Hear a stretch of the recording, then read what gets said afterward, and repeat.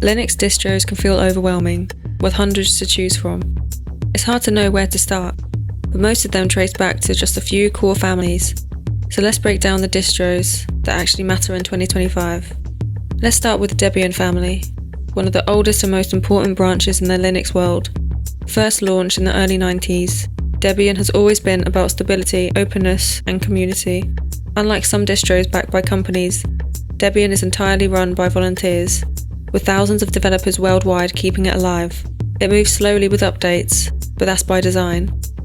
Every package is tested and retested, which is why Debian is considered one of the most reliable Linux systems you can run. Servers love it for that exact reason. And its legacy? Debian became the foundation for countless other distros: Ubuntu, Mint, Pop! OS, even Kali Linux. All of them trace back to Debian's codebase. If Debian is the trunk, these are the branches that grew from it. Ubuntu took Debian and made it more approachable. It's polished, user-friendly, and comes with stronger support from Canonical. It's often the first distro people try when moving to Linux, and its massive community means help is never far away. Linux Mint is like Ubuntu with training wheels, in a good way. It feels familiar to Windows users, focuses on ease of use and avoids unnecessary changes. If you just want Linux that just works without fuss, Mint is one of the best starting points. Pop! OS, built on Ubuntu, but designed by System 76. Pop! OS is tailored for developers, gamers, and creators. It has great hardware support, slick workflows, and extras like tiling window management. It's one of the more modern and polished spins on Linux. Kali takes Debian in a completely different direction. It's a specialized distro for penetration testing and security research, packed with hacking tools out of the box. It's powerful, but definitely not for beginners or daily use. Red Hat Enterprise Linux, or RHEL, is Linux built for business. It's paid, fully supported, and used by enterprises that want absolute reliability.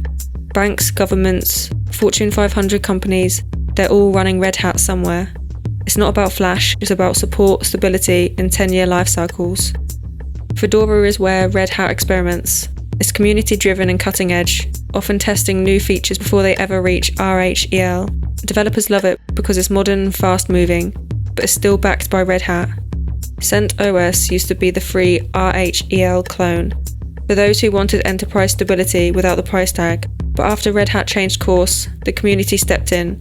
Rocky Linux and Alma Linux now fill that gap, both offering RHEL compatibility free of charge. They're the go-to distros for sysadmins who want that Red Hat reliability without the subscription. Arch is all about control. You don't just install Arch, you build it piece by piece. There's no hand-holding, no flashy installer, just you and the command line. That's why Arch users wear it like a badge of honour. It's a rolling release, meaning you always get the latest software, but you also deal with the risks of bleeding edge updates. Manjaro takes Linux and makes it beginner-friendly. It's polished and ships with installers, desktop environments, and drivers ready to go. You still get Arch's speed and freshness, but with the training wheels. Great for people who want the Arch vibe without the Arch pain. Garuda, one of the newer faces in the Arch family, out of the box, is flashy, colourful and modern. It's tuned for performance, especially gaming, and is popular among younger users who want Linux that just feels fun. The SUSE family is all about professional polish and flexibility. SUSE Linux is one of the oldest enterprise-focused distros, popular in Europe and big in corporate enterprise environments. OpenSUSE is the community distro, Leap, the stable release for reliability, and Tumbleweed, a rolling release that's always up to date. SUSE also offers an enterprise version, SLES, widely used in corporate environments for support and long-term stability. Together, they make SUSE a favourite for people who want Linux with enterprise reliability, but also options to live on the cutting edge. Gen 2 is the Lego set of Linux. You don't install binaries, you compile everything from source. That means it's exactly tuned for your hardware and preferences, but it also means setup is a project. Gen 2 users are power users who want total control. It's like whereas the oldest Linux distro is still maintained, it's like Linux in its purest, most old-school form. No hand-holding, minimal automation, and a philosophy of keep it simple, keep it Unix, hardcore, niche, and a badge of pride if you run it.